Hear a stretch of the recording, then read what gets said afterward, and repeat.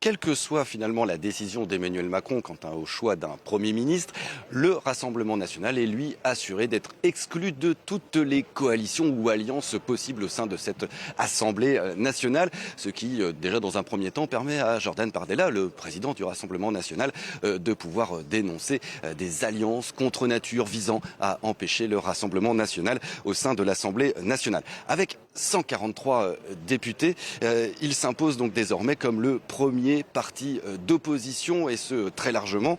Et il devrait donc certainement adopter une stratégie assez similaire finalement à celle adoptée lors de la précédente législature, tenter d'influer sur les débats via des propositions passées via les Républicains et la droite de la Macronie, et puis sans avoir évidemment à se mettre à devoir en tout cas se mettre à l'épreuve des faits leur programme. De quoi donner largement le temps au parti de Marine Le Pen de préparer, de retrouver de la légitimité pour ses députés, de la crédibilité, et surtout de préparer tranquillement l'élection, la prochaine échéance électorale, l'élection présidentielle de 2027.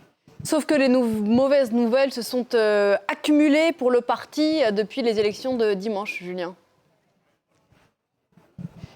Eh oui, ceux qui se voyaient déjà, pourtant, au soir du premier tour, qui se voyaient déjà au gouvernement, ne peuvent pas mettre de côté, ne peuvent pas ne pas se remettre en cause après cet échec cuisant du deuxième tour.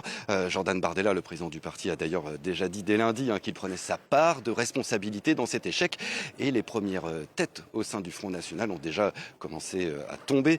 Dès dimanche soir, c'est Gilles Pénel, un nouveau eurodéputé, mais c'est surtout le directeur de campagne de ces législatives qui a démissionné, prenant sur lui l'échec de cette stratégie dite de Matignon, puisque depuis 2 ans, depuis que Jordan Bardella a pris la tête du Rassemblement national, l'un des objectifs était de trouver des candidats crédibles au niveau justement des régions pour pouvoir réussir à prendre le pouvoir au niveau de l'Assemblée nationale. Un échec cuisant qui ne sera pas bien sûr sans conséquences et qui va obliger le parti à faire une prise de conscience et essayer de corriger le tir pour les prochaines échéances électorales. La commission nationale d'investiture du parti notamment est dans la ligne du viseur. Mais attention, dans cette commission nationale d'investiture, il y avait Marine Le Pen qui y siégeait et Jordan Bardella.